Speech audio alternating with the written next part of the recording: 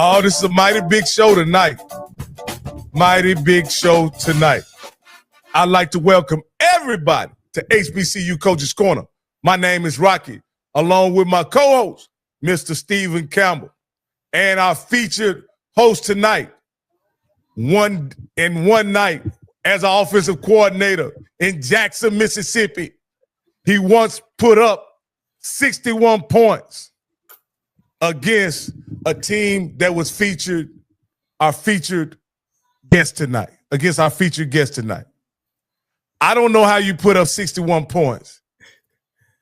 They couldn't have had a defense coach, but you are the author. You're the author and the architect of that offense. None other than my man, Johnnie Cole. Hold on, I got the music. None other than my man, Johnnie Cole.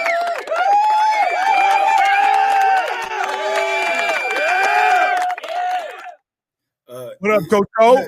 You left out one thing. The week before that, I put up 68 on Johnson C. Smith. Look at it, say what you say. Hey, look, the fish get bigger and bigger. Hey, Coach. Hey, they ran out. Hey, that ain't a basketball game, Coach. Y'all was playing basketball or football. Hey, man, when you got them studs and, you got great coaches around you and able to recruit real good, man, those are the numbers you put up, man. When you put the time in, the more time you put in and have that trigger man ready to go, the more time you can put up them points, Coach. You always try to put your quarterback in the best situation, and if he come up and he see a bad situation, which he should, and recognize it, you want to get your players in the best possible position to make plays. Absolutely, and you had a man that could really get it done, and you were graciously able to bring him on the show a few weeks ago, Darnell Kennedy. And he was an outstanding interview. People loved that interview. And I think it was a great idea on your part to reach out to our upcoming guests. And with no further ado, I'll step aside and let you and Mr. Campbell do y'all thing. Man, it was a pleasure playing in the league that year. We had a bunch of great quarterbacks. Jackson State had one that was outstanding, and Campbell will get into all the fanfare around him, but of course he played with the present head coach now at Tennessee State.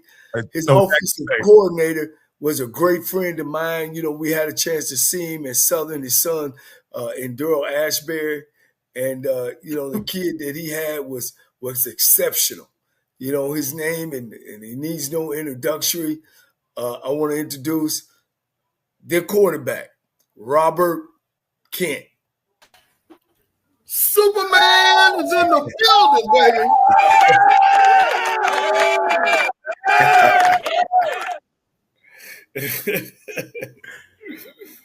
Hey, man, anytime we get one of these Mississippi guys on, he act like y'all related. How's it going, fellas?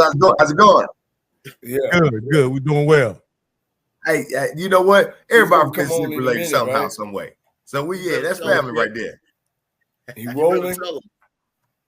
You better tell them. That's the way we do it. We all family, man. And like I say, when you part of that Jackson State family, we all blue family, man. So like I say, absolutely. So I'm super excited, that you're here. But like I said, I just had to give it to him. Rock, I'm gonna give it to you one more time. Superman is in the building, boy. Number one. Come on, man. Let's get it. Listen, we're gonna talk about it. Hey, while he's still rolling, man. He's loading on your side, Coach. He in over here, Coach. You a little behind, maybe, Coach. because we see him loud and clear. He is live and in living color over here. Well, I just want to read off a little bit. I wanted Coach to make sure that he have what he say. Robert Kent, Superman, played for 22 football teams after he left Jackson State. All right. In his career at Jackson State, in 45 games, he completed 825 passes out of 1,539 tries for 11,797 with 104 touchdowns. All right. He averaged 262 yards per game. His 1179 made him finish number 4 at that time in NCAA Division I football.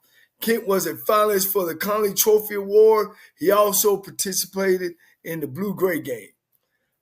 The guy was unbelievable, man. It was tough watching film, Kent. And the week before that, you know, I told our defense, man, stay at home. Stay at home this one. Hey, this one's going to be a barn burner.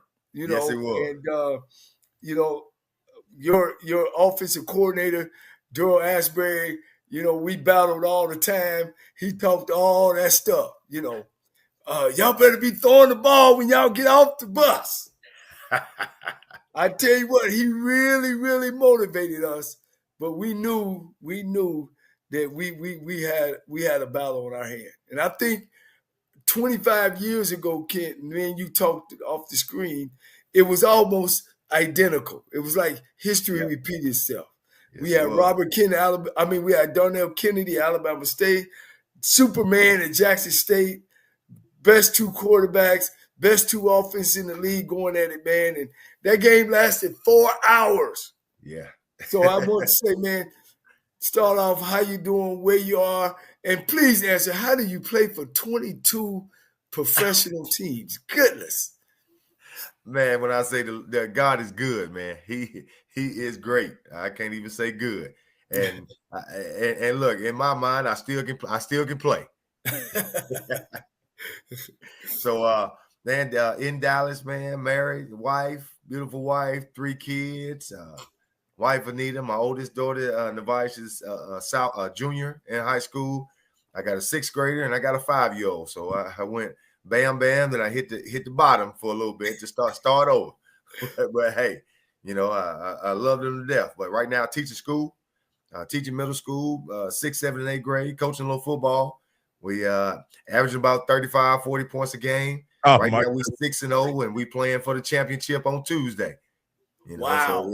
So they're still trying to add some hardware, you know, to the collection. Also, a big moment for you being inducted into the Jackson State Hall of Fame.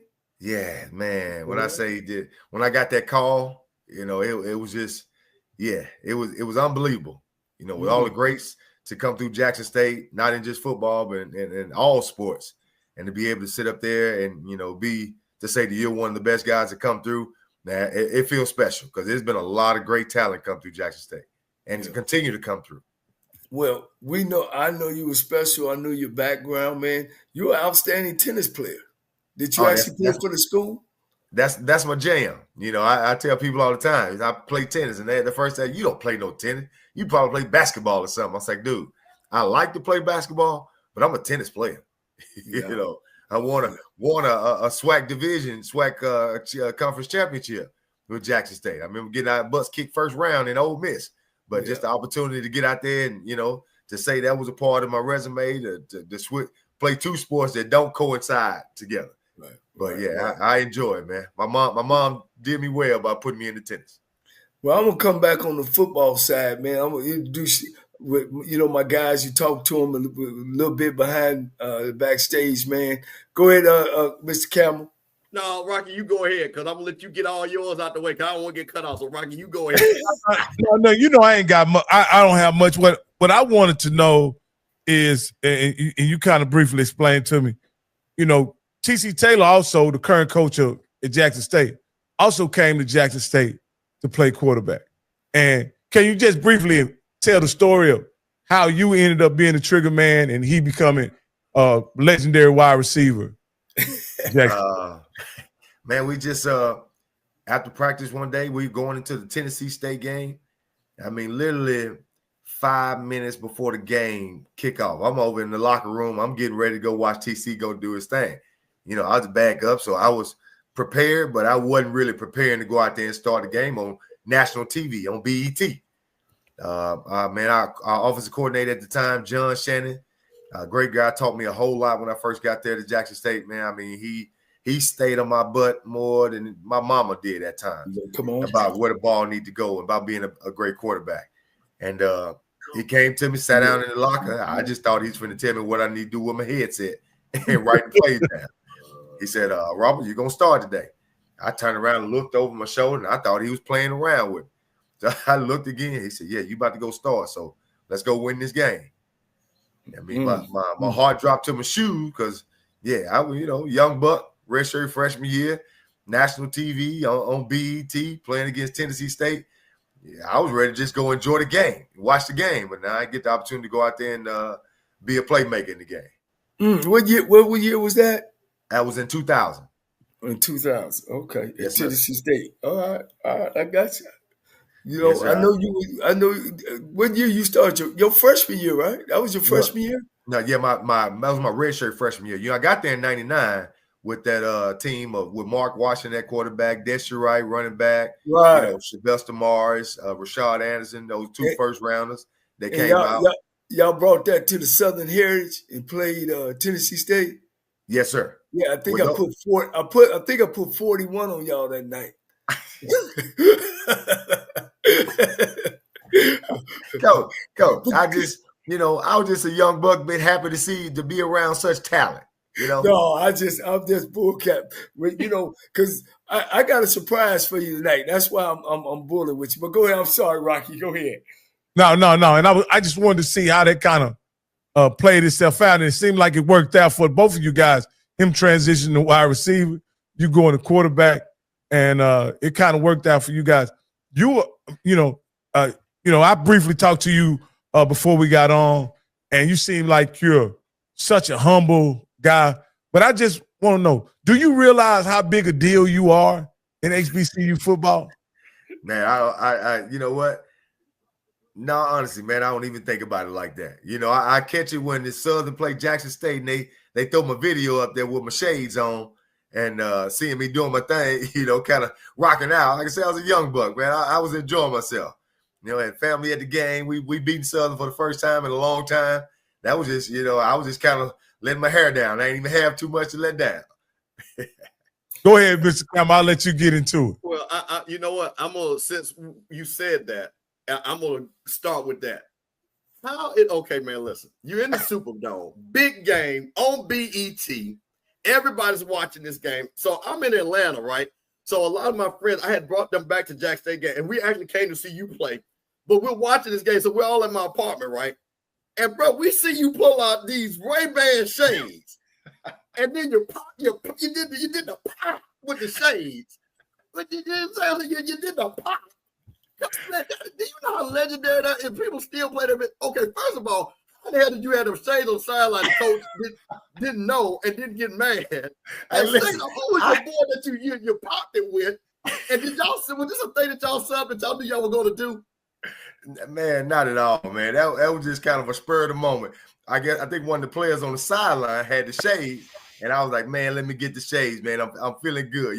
Southern had just beat us the previous year, and for the championship, and we hadn't beaten them in the last couple of years, and to do it in the Superdome, oh man, that was one for the ages. That was one that I know we had cemented ourselves as going to be a good team.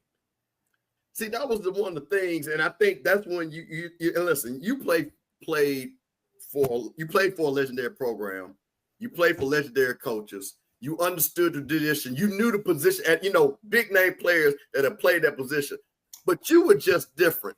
So when you came, now you correct me if I'm wrong, because I heard a story that there were other people trying to get you to come, and Jack State almost didn't get you. Is that a true story that I heard? Or you were about always some other Jack school? State? Yeah, go Jack State. Yes, sir. My mom was she went to Mississippi Valley State. My dad went over there, so Valley State was right up the street from the house. And I was like, I don't want to be that. I want to be that close to home. I've been fighting mosquitoes for a long time. I wanted to get out of there, and try, see something different, try a little something different.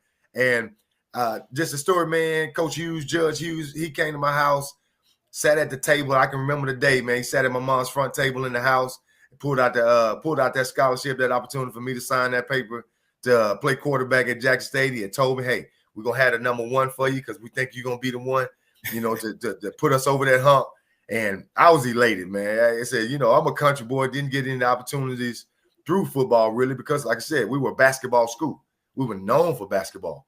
That our senior year, we ended up going 8-3, made it to the playoffs, ended up playing a powerhouse called South Panola that whooped us 66-6 in the playoff game, but hadn't had a winning season like past 10, 12 years in my hometown. And then to get a full ride scholarship, man, to a D1 school, it was a blessing. It was thanking my parents that had paid for me to go to college. And when I was able to go out there and do something, they enjoyed me coming to see me play. Now, listen, you're being kind of modest because, and people know I'm from Mississippi, and Robert and I were talking about this. For the people from Mississippi will know, Indianola Gentry was known as a basketball powerhouse. And I'm talking about when I was in school, even before that, and he even said they were still. So we're talking about a 40-year run of just basketball problems. But you were all-state football player, were you not? Like I say, so what your senior year, were you guys a passing offense already? And that's what Coach Hughes saw, hey, man, this guy's really tossing around. Because like you said, you played some big-time teams, in high school. Man, we had a guy named Reggie Bush, who was kind of our offensive coordinator there at the school. And he knew what I was able to do, but he didn't have the authority to put me in. The head coach wanted his guy. That's who he went with. My senior year, a guy named Ricky Taylor, who was also the offensive coordinator with Steve McNair at Alcorn State University, came to Gentry High School and became our head coach. That's when my career turned around. We became a throwing offense. I had some guys who could run and who can catch the ball, and I was letting it fly. They used to call me John Wayne, the gunslinger, back in my hometown. Because I was just wherever you at, I'm gonna get it to you. That was the name of the game. See, that's swag football there. See, that's swag football, Coach. Everybody got a name, boy. Everybody got a name. Now, Robert, this is the thing. You're talking about, like I said, we got legendary names in swag. But when and who gave you the nickname Superman? Do you remember that? I don't even remember that, man. Honestly. But it was somebody at Jackson State. Uh-huh. Yeah. So when you put up that 595 yards against coach's team, and all of a sudden they thought, well, maybe that's what it was, 6-7 touchdowns. Is that what it was? Yeah. I don't know what. Honestly, man, I can't even tell you when it was. I just remember they approached me about the background you got right there, about doing opening up your shirt and showing your number, taking on the Superman moniker. And I was, hey man, I'm with it. I enjoy what I do, and to have those guys around me. What we fail to realize, man, I had so many receivers around me. Guys were fighting to get on the field. When I say fighting to get, and I'm vouching for TC. Once he left the quarterback position, I'm like, Coach, he played quarterback. He gonna automatically know what I'm thinking when he see the defense. So it's an easy pitch and catch. If I push come to shove, he gonna get the ball. What was the name of the other one? It was another one on the other side. Like you had TC, you had Lawrence Story, Story, big tall guy. I played with Daniel Guy. We had Robert Jacobs. We had Thick Pen. Tim Manning, my inside slot. Number 5, we had Chris Jones, who was a go-getter. Then we had Nathan McLaurin playing running back, Tanaka Council playing. I mean, it was so many guys, man, that just were so talented. It wasn't hard for me to be successful. My thing was just get the ball out of my hand. But what made you so dangerous, Coach? You could extend plays, you could throw off any foot, and most of all, when you put your foot in the ground and start going forward, you were huge. You weren't sliding. You was running over folk. Slide one. Hey, look, I couldn't go back home to my hometown in the Mississippi Delta sliding and stuff. You got to be kidding me. Man, they'd have laughed me back up the road. Coach, here's the crazy thing about it, and Robert, you can talk about this. Like you said, his redshirt year, this is how deep that receiver room was. you guys had a first-round receiver that got drafted the year before, and another guy, I believe, got drafted in the 6th, 7th round Fields. So you had Sylvester Morris, who went to Kansas, and I remember that because I went and saw those guys play because I had an agency, and I'm like, man, they got these guys, these number 1 picks down there. But you're talking about 5 or 6 other guys that were NFL caliber guys. So what was it like to just, as you say, in practice and just guys fighting for the football? It didn't make my job hard. It made the offensive coordinator job hard. Yeah, my job was easy because I knew at any point one of my guys can get open. You're not gonna have 4 or 5 DBs that can cover all 5 of my guys because they were that talented, because they can start on anybody else's team. So I'm picking on the weakest link. Then once you decide to change, I'm gonna pick on the next weakest link. So it was easy for me because I knew what I had around me, guys. Yeah. Rocky. Yes, sir. Yeah, speaking of offensive coordinators, very good friend of mine, and Coach Ashbury. At that time, Coach Ashbury came in, right? Yes, sir. And he also played quarterback. He also was a peripheral. We got Rocky. You got it? Yeah. Hey, I want to ask you this. This guy just jumped on our stream right here. Do you recognize this guy? Hey, DA, that's what they call him. What's up, boy? What's up, Hey, baby? man, congratulations, man. Hey, man, I appreciate it, man. It's been a long time. Hey, look, you ain't changed you. Whatever you drinking, let me get some. Man, it's called youth juice. Hey, man, you need to sell it, baby. What you doing?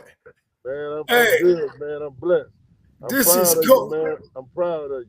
Yeah, this is Coach Durrell Ashbury, a prolific passer from Jackson State, prolific offensive coordinator at Jackson State, went to Shaw College, done the same thing, won championships, came to Texas Southern in a bad situation, had 5-5, the best record, or the second best record since I left. But he's down there at Southern, what's they call that, Southern Lab. He's won a couple state titles and also went to a couple state. He's coaching the SWAC, man, my man, Durrell Ashbury. Thank you, Coach, for coming on, man. I got your guy. Yeah, man. Hey, that's my guy, man. I appreciate it, Coach. Get closer to your phone. I appreciate you for having him on, Coach. Can you hear me now? Can we get it? Hold on, Durrell. Can you get it louder?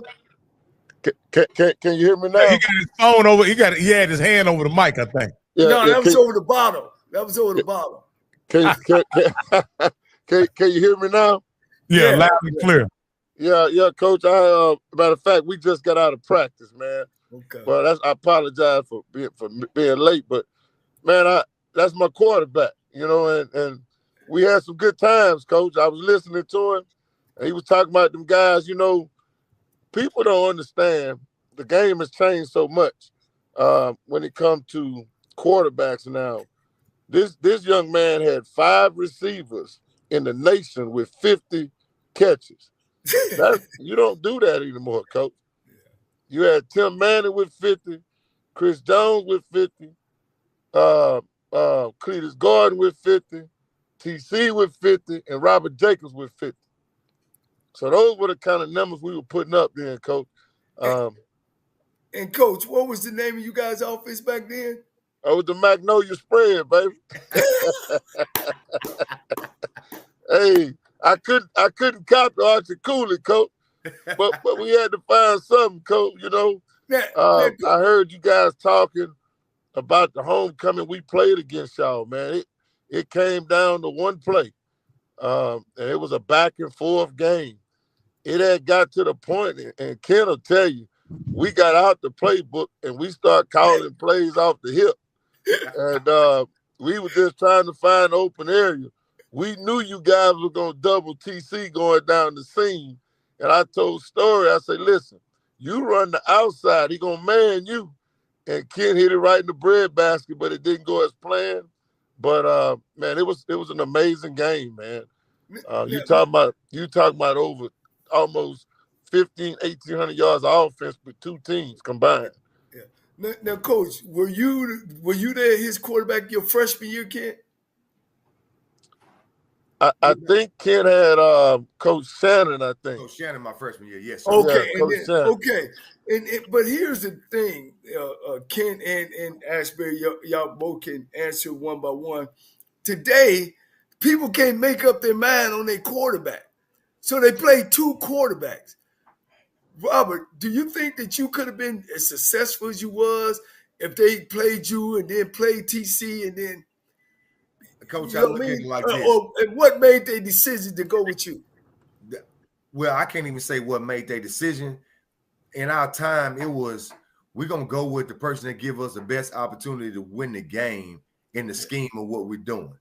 You know, this back and forth stuff now, it almost seems a little more political than you making the right choice for the team because you're trying to feed two beasts. You may have a 5-star quarterback that can throw the ball well, another 5-star that can run but throw a little bit, instead of, you know, surrounding that player with the type of offense that needs to make that player great.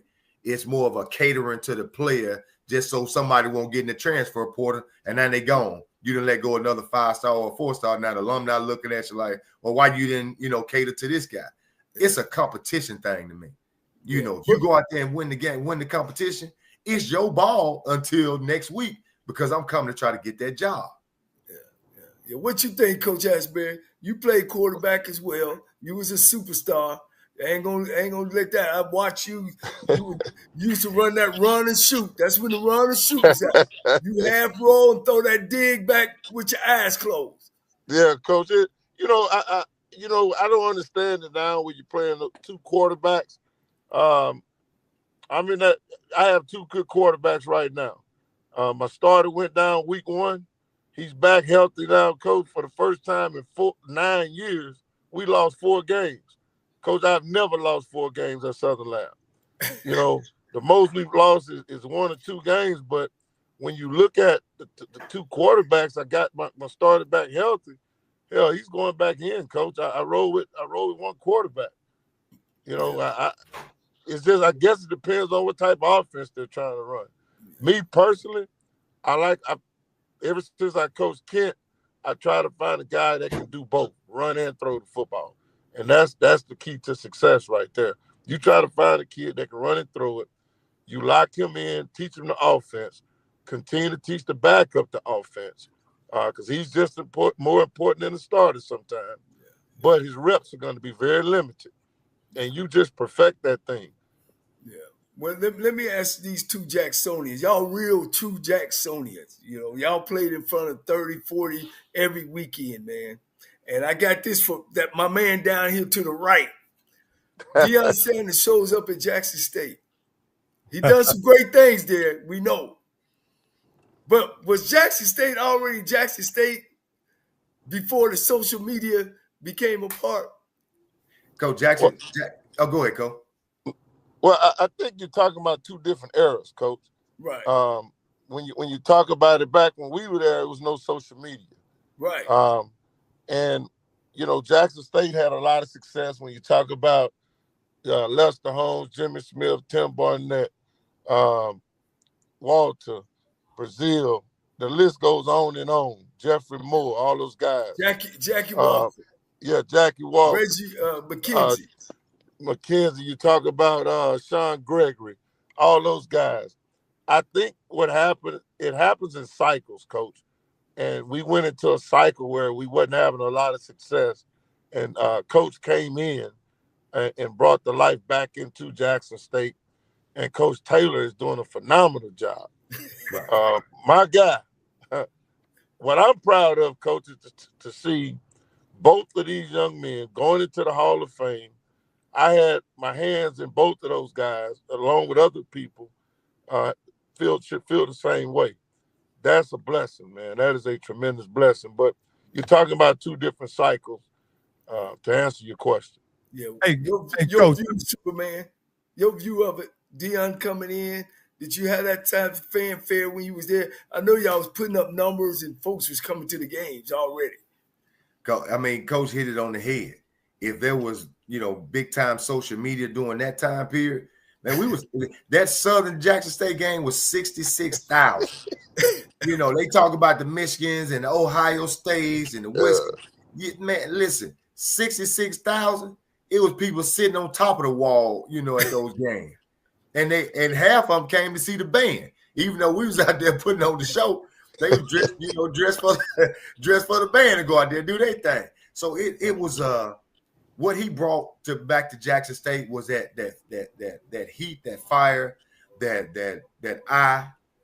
what we never were able to get during our time period. The talent was there, the winning tradition was there, but because of social media and his name itself and what it carries, because Coach Prime was out here coaching football, in Dallas, Texas, that opened up his schools, doing his own high school thing. And I know he wanted to get an opportunity to coach, and some people didn't give him that opportunity to coach. So I think it worked out for both parties.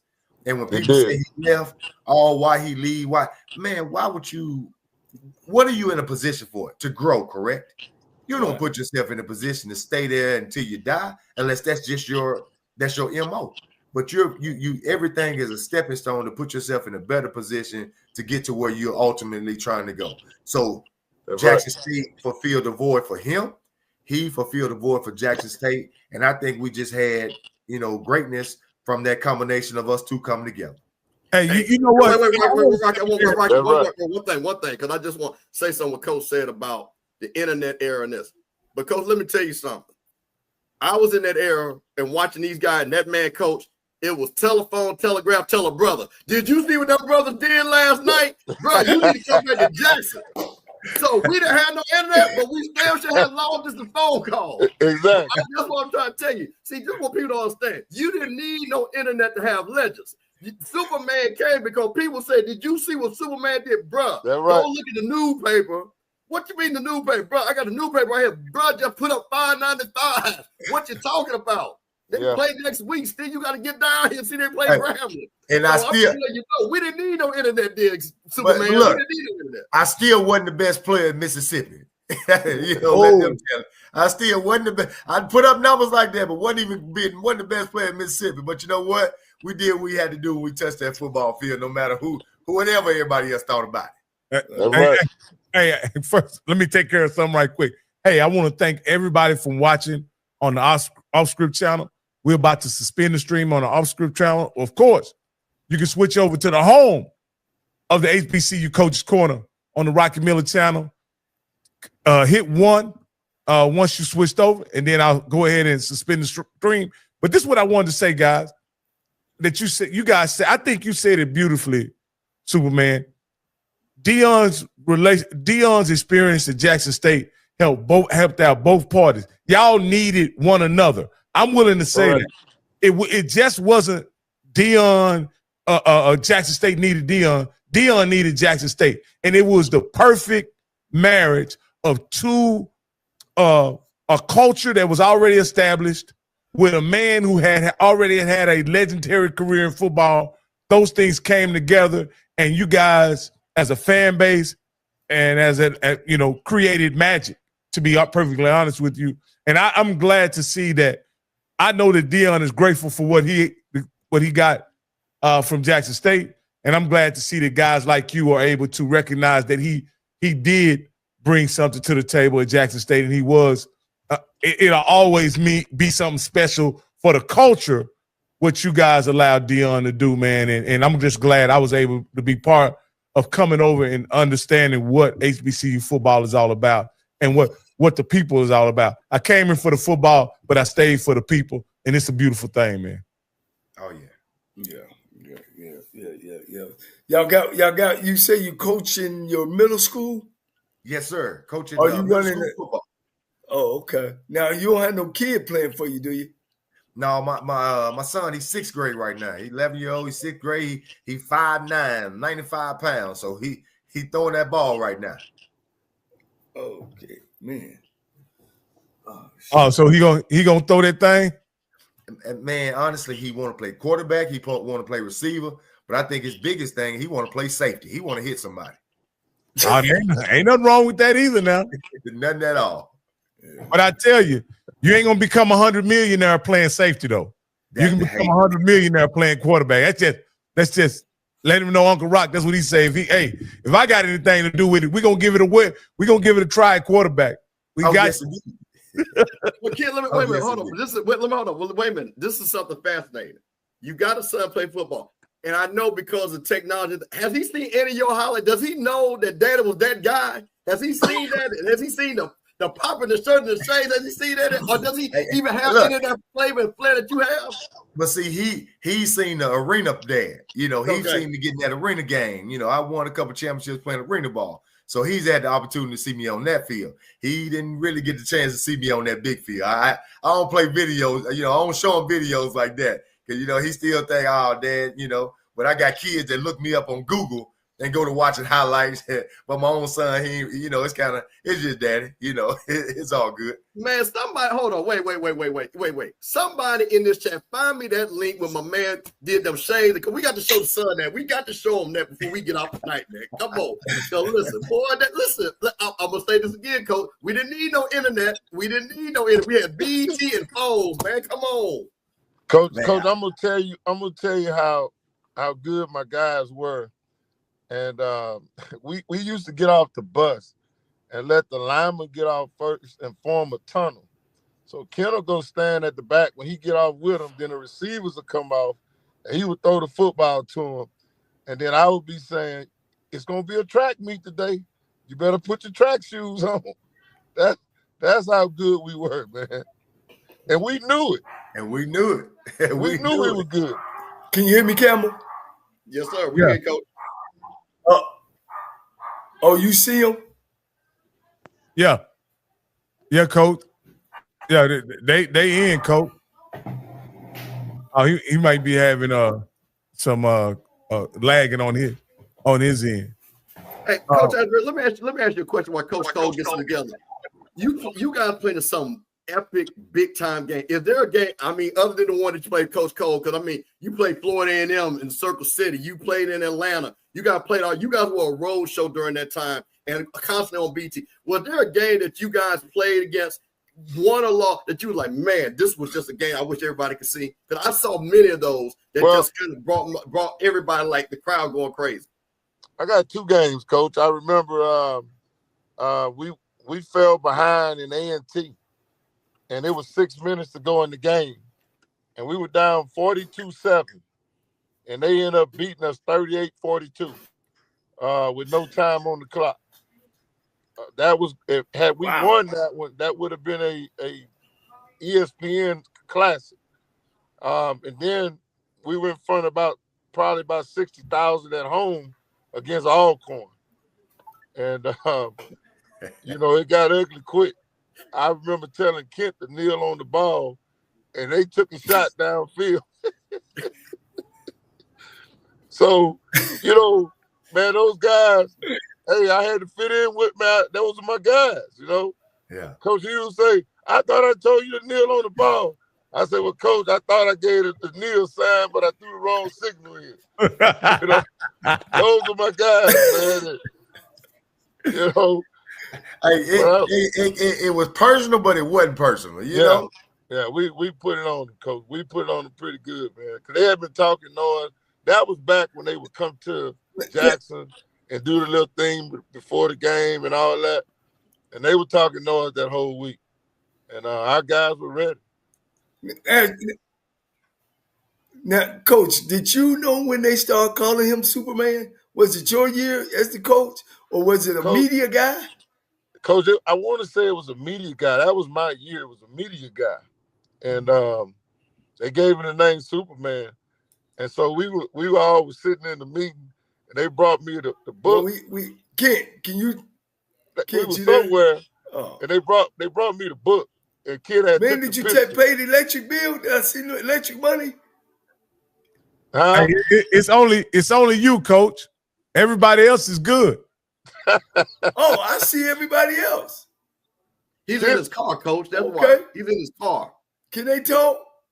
Yeah. Oh, yeah. Okay, go ahead. I'm sorry. So Kid had. I saw the picture where Kid had the Superman shirt on with some glasses. That right there, Coach, right here in the back. Yeah. I hit the Coach Hughes. I said, "Holy cow, Jed, what's going on?" They say this is a damn quarterback. I said, "Oh shit." Hey, but we sold out them programs. You hear me? We sold them we things sold out, out man. them bad boy. Hey, Coach. y'all swag. And of course, both of y'all, again, I keep repeating it because I seen Asbury play. I seen both of y'all play. When you guys were playing during y'all years, and I know during my year, we played in different eras, every week it was a fantastic quarterback. Every week you was going to see either a top tailback or top, it ain't like that now so much. How was it in y'all view of the swag, coming through the swag, playing in it, and now comparing it to today? Well, it was back then when I coached Kent, it was two quarterbacks. It was Kent and it was Bruce Eugene at Grambling State University under Melvin Spears. All right, you know I'm about to cuss you out, right? Hey, I already know it, but Bruce could throw the football, man, and he could spin. Let me refresh your memory. Darnell Kennedy. Well, Darnell Kennedy. Yeah, it was those three. It was those three guys. Now, let me say this. In my opinion, it was three coordinators. It was Johnnie Cole, Asbury, and Spears. Now, they all had a tag on us, say we was arrogant, we was cocky, but we could only be like that because of the players we were coaching. They made us who we are. So, Right. I tip my. That's why I tip my hat to Kent, TC, to watch these guys grow and see where they are today. I love it, man. When I tell you I love it, I freaking love it because I had a part to do with that. Those guys played for me. And we were the top dogs. Johnny, you know that. Yeah. All three of us. They couldn't tell us nothing. I mean, we were giving the money to people what they paid their money to see, a show. Yeah. But it wasn't our fault. We couldn't stop nobody. That wasn't our fault. That's the defense coordinator fault. Yeah, we were 30. Y'all was up in the 30. I had to go back and look. I mean, it had to be y'all at about 37, and we ain't nothing but 37-1, and Melbourne them was probably 37.3. It was every week. It was every week. We had some great games. Coach, you played on 20 professional teams after you left. It seems like football is in your blood, Superman. Hey, you ever thought about coaching? Have you stepped back to the Jackson State? Because they've had some coaches and asked, hey, man, I want to be on the staff. Or that ain't you. You seem more like a family man. Man, I'm you know what? At one point I was thinking about that, but I seen the transition of coaching, man. Coaching takes a toll on your family. And it takes a toll in the sense of you're not there a lot. I got three little ones. My junior in high school, she does volleyball and she does track. I like going to see her play. My son, he plays soccer on the weekends. I like going to see him play. So me taking time away from them to steady put myself in position as a coach to lead other young men or to lead men to championships, that's great, man. But I just felt that my heart would rather be here with them so I can support them as much as possible. Because coaches, I know the strain that you go through because like playing ball, all kind of ball. Coaches have to leave home. They have to be this. They spend so much time up here on film. They have to they're over other men where you have to be always a head or a figure stone. You're the last one to leave the building. You're the first one to open up the doors. I just felt that I didn't want to put that strain on my kids. I wanted to be there to throw the ball with them or practice with them, to kick the ball around with them. That just my heart wanted me to stick around. Yeah. Now, if the NFL call, they going with me. Coach Asbury, I'm glad we got you here. Because you got background in this swag thing. You've been around a long time. And now, of course, Coach Graves, who we all know have gone. And now, we're looking for a coach. You got coaches at different levels. You got some that's coordinators. You got some that just been on the staff. And then you got what we call championship coaches, meaning coaches that have won championships. Of course, you got Mr. Bishop, we always talk about blue bread programs and that. What you think about the coaching going on now and where it's at and how they're choosing these guys? Well, I think it's all about what the administration is looking for. What are you looking for in a coach? I think that, you know, schools are looking for a certain brand. What is your brand you're looking for? Are you willing to put in the resources? I use myself when I took the Shaw University head coaching job. When I sat down and met with Willie Gary, he gave me what he wanted. He gave me his instructions. I told him what I needed, and he delivered, and I delivered. So, it's all about, can you tell me what you want? I'll tell you what I need to deliver. And I never forget when they asked that question, how long it's going to take? I said, it won't take my entire contract. If it does, I'll walk away from it. And we won in 2 years. So it's all about what are your expectations? Everybody wants championships, not just Southern University, but everybody. The question becomes, what are you willing to put in to get the championship? And that coach has to be able to deliver. Coach Asbury, let me ask you this, Coach. I contend that there are some jobs in HBCU football that you just have to have an experienced coach in those positions, right? Correct. I think Southern is one of those jobs. Of course, Grambling is one of those jobs. And to be perfectly honest with you, I think Jackson State and FAMU are one of those jobs, right? Why is it that these programs, time and time again, use their blue blood programs as a training ground for first-year coaches? That's a good question. I wish I had an answer for you. I wish I had an answer for you, man. But I can tell you one thing: Southern University is a tough job. The big schools, the Alabama States, the Grambling, the Southern, the Jacksons, those are big jobs, man. And you have to be able to, we all know what they want. They want to win, especially at our school. Jackson, people want to win there.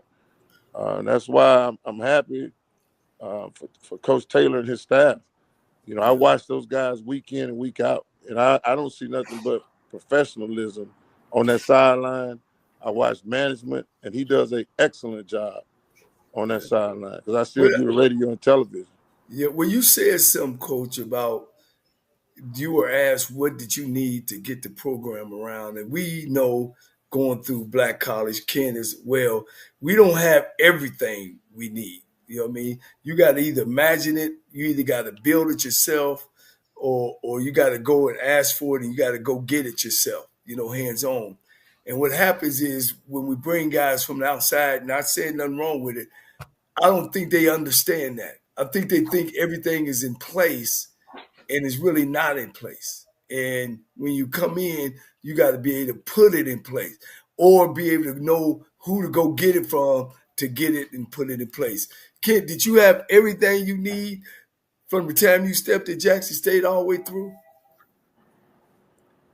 And you know what, Coach? I'm going to say yes. And you want to know why? Because my expectation was I was so blessed to get an opportunity to play football at a D1 school at Jackson State. Man, to come from Indianola, Mississippi, with not too much. I was blessed. My mom was a principal. My dad had a little corner mark. So we wasn't hurting, but my mom, she was getting me British nights, the LA Gears. There was no spoiling. So everything that I walked into in Jackson, I was spoiled. Even though I was a freshman, to get out and play ball with some of those guys on that field, I was spoiled to see how many NFL scouts had come to watch our practices. You know what a guy told me last night, kid? They don't make them like you no more. They said, Cole, they don't make them like you though. Hey, listen, man, when I say my mama and dad, my mom was a rock, man. She was like I said, when I say a principal, she had the thugs, pinching them by the ear, walking her down the corner. So it was more of a I knew what I was grounded in. I knew how I was brought up, and it would be points after a game. If I said a double negative when talking to the news, my mom would have blew my phone up 3-4 times by the time I got back to the locker room talking about you embarrassing me because she was an English teacher also. Yeah, this guy's Rocky and Bishop. It also goes to the outside players, the players in the portal, that when they come in to these HBCU schools, they come in with a different attitude what Kid would have. So it's and I what am I saying? I'm saying HBCUs is different. Just like they say they're different. We had a guy on last night telling how special it is to be playing in the 1A, and it is. But it's also just as special, and that special person to come to an HBCU and accept where they are and give they all and play at exceptional level. And it don't mean who's going to the NFL or not. If you can play, you can play. They'll see you. So I just wanted to make sure I get that out. Hey, I also want to add that I have the phone lines open. So if you guys want to call in, the number is 760-548-9951. The phone issue that we had last night, we won't be having that tonight. I got it all worked out. So if you would like to call in and say something to Superman or Coach Asbury, please feel free to do so. One of the things I asked Coach Asbury a question. I'll ask Kent a similar question, but related to quarterback. I'm gonna be honest with you. I've been watching the SWAC the last 5 years, and quarterback play as a whole is nowhere near where you guys explained it to be when you guys were in the league. As just someone that just watches the game, why can't we have more Shadors, Andrew Bodies, guys like that? Why it has to be such a gap in between having those quality players in the SWAC? Money. I mean, I'm going to throw it out there. It's money. These guys feel that, hey, I can get this over here, so I'm going to go here. And we've lost, a lot of our kids have lost the luster to compete. It's about that dollar right now. When they can get paid like NFL players in college, what are you really going to? What is your goal? What's your end goal? How much work are you really going to put in when you can get this money in college? We had to grind just to get on the team in college. These cats is getting paid before they even played one snap in college. Well, let me say this, Coach. There's a guy that made $8 million the last couple of years at the University of Texas, and they ready to run him off. So just because you pay them don't mean they can play. Hey, that's right. and sometimes, your name carry a little more weight than what your britches you carry. So you got to go out there and show up. Hey, I call a spade a spade. That's where I was brought up. If you don't show up, then somebody else gonna be playing. Yeah, Coach Kent, you don't threw for 3,000 yards in the season.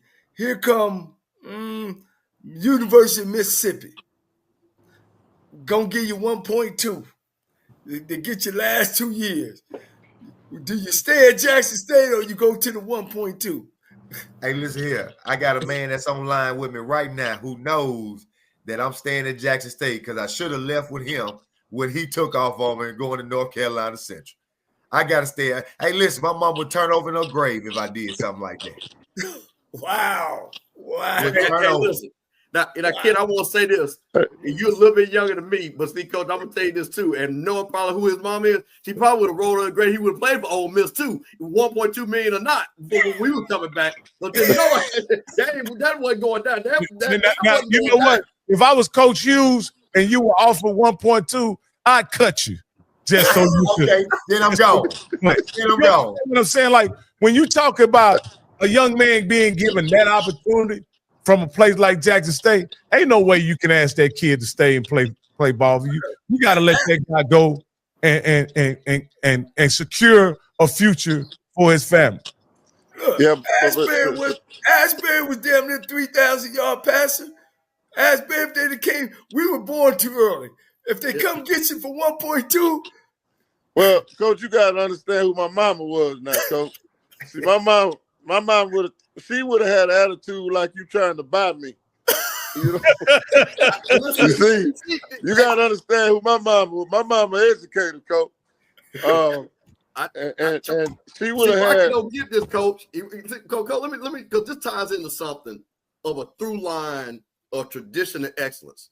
Correct me if I'm wrong. Was John McKenzie your quarterback coach, offensive coordinator when you were coaching? I mean, when you were playing Coach Asbury? Yeah, he was there for a minute. Okay. Yeah. So you're talking about a legend.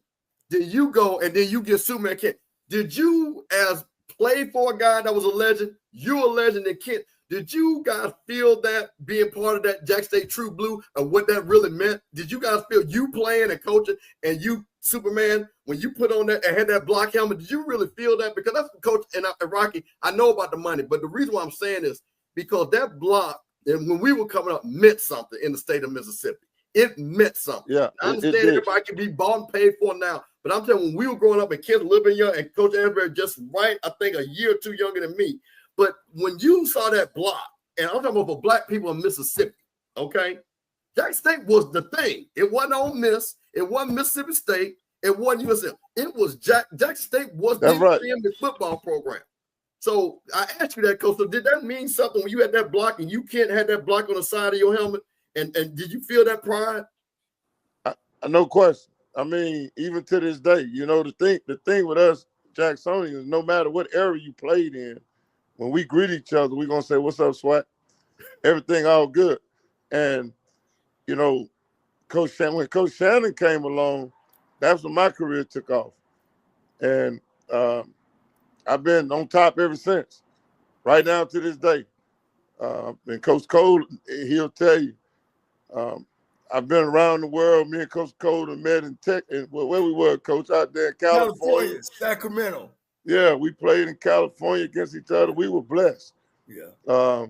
So just understanding what's going on in life, understanding that everything has really worked out for us. It's been a blessing. But I couldn't have left Jackson. You know, that was my school. You know, Coach Hughes recruited me just like he did Kent. And I guess that's why, you know, at the end of the day, they made me who I am today. I'm going to ask you guys, too, both. All right, we're going to go back to 2000. Jackson State is always hard, a Jacksonian. You know, W.C. Gordon, Carson, Hughes, and then they went away from it for a couple years. Did you guys feel that when they didn't? Because I think, Asbury, were you the next in line that was supposed to come in? Yeah, then they pulled Coach Bell, who messed my man's career up almost. But he was fortunate enough to overcome some things, you know. I really was upset when Coach Bell changed the offense on Kent. Yeah. You don't go in and change a prolific passer, a prolific quarterback's offense, and talk about some damn NFL offense. But wasn't you the senior coach at that? You were supposed to roll in there and get that job, and they went outside.